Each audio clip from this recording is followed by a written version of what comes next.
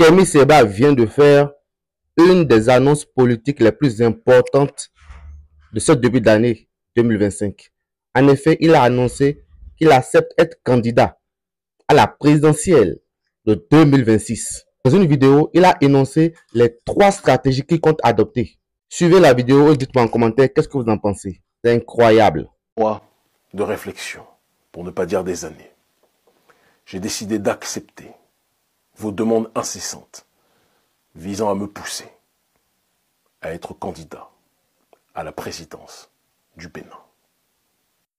Mes chers compatriotes, parce que nous nous devons d'être le plus pragmatiques, il est important que l'on se rappelle que notre pays est pris en otage et que les lois de la République du Bénin ont été des plus viciées ces dernières années, de telle sorte que les véritables opposants au président Patrice Talon soient structurellement exclus de la course via le code électoral corrompu que vous connaissez. Et c'est pour cette raison que nous avons dressé 3 options qui nous permettront d'être candidats à la présidence du Bénin.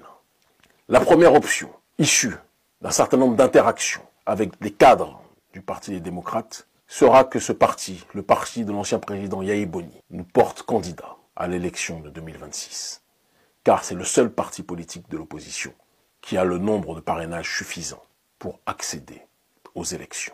Bon nombre d'entre vous, lorsque nous avons évoqué dans de multiples réunions avec vous autres, membres de la jeunesse béninoise, nous ont dit que le président Yahi Boni ne pourra pas accepter. Parce que le président Yahi Boni, à vos yeux, aux yeux de nombre d'entre vous, fait partie de cette ancienne France-Afrique qui peine à vouloir mourir. Je vous ai répondu, et je l'ai dit aussi, dans le cadre de réunions avec des membres du bureau du Parti des démocrates, que je ne voulais pas être incarcéré dans le passé et que je pense profondément que tout le monde peut changer.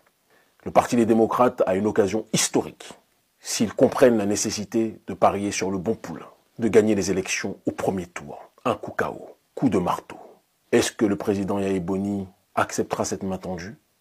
Ça sera la dernière que nous lançons. Je l'ai dit à bon nombre des membres du bureau central au sein duquel j'ai de nombreux amis.